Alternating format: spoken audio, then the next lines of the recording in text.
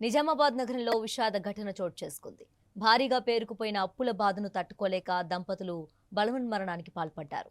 మొండోరా మండలం నాగంపేటకు చెందిన శేషాల నరేష్ కు నిజామాబాద్ కోటగల్లీకి చెందిన మేఘనాతో 10 ఏళ్ల క్రితం వివాహం జరిగింది. తండ్రి మరణించడంతో కారుణ్య నియామకం కింద 5 ఏళ్ల క్రింద నరేష్ కు విద్యుత్ శాఖలో అటెండర్ ఉద్యోగం వచ్చింది. 6 నెలల కిందట జూనియర్ అసిస్టెంట్ గా పదోన్నతి పొందిన ఆయన ప్రస్తుతం నిజామాబాద్ రూరల్ ఈఆర్ఓ కార్యాలయంలో పనిచేస్తూ వినాయక్ నగరంలో నివాసం ఉంటున్నారు.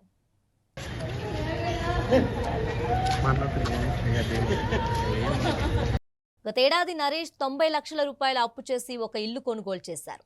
ఆ తర్వాత బ్యాంక్ లోన్ తీసుకొని ఆ అప్పును తీర్చాలని భావించినప్పటికీ బ్యాంకుల్లో రుణం మంజూరు కాలేదు. దీంతో అప్పులు తీర్చాలనే ఒత్తిడి తీవ్రం కావడంతో కొద్ది రోజుల క్రితం ఆ ఇల్లే అమ్మేశారు. ఆ వచ్చిన డబ్బుతో కొన్ని బాకీలు తీర్చినప్పటికీ ఇంకా పెద్ద మొత్తంలో అప్పులు మిగిలిపోయాయి. దీంతో నరేష్ తీవ్రమైన మానసిక కుంగుబాటుకు గురయ్యారు.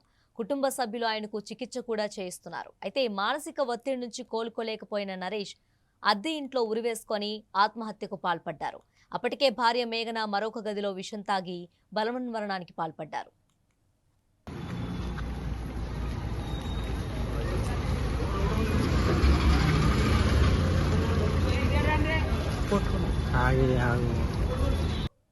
మేఘనతో ఆమె తల్లి ఫోన్లో మాట్లాడిన సమయంలో కుమార్తె సరిగ్గా మాట్లాడకపోగా పిల్లలను వేరొకరి ఇంటికి పంపానని చెప్పడంతో తల్లికి అనుమానం వచ్చింది.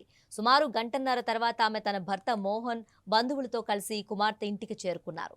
ఎంత పిలిచినా తలుపులు తీయకపోవడంతో కిటికీలోంచి లోపలికి వెళ్లి చూడగా దారుణం వెలుగు చూసింది.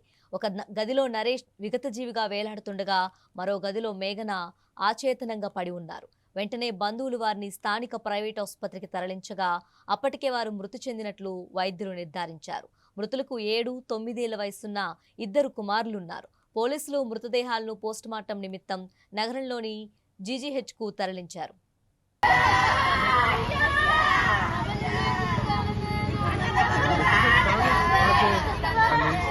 ఘటనా స్థలంలో ఒక సూసైడ్ నోట్ లభించింది. అప్పులు, అనారోగ్యమే తన ఆత్మహత్యకు కారణమని, పిల్లలను ఎంతో జాగ్రత్తగా చూసుకోవాలని నరేష్ ఆ లేఖలో తన కుటుంబ సభ్యులను కోరారు.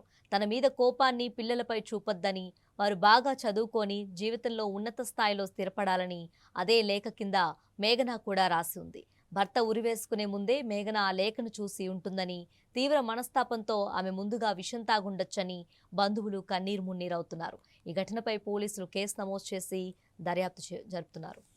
Nói chung là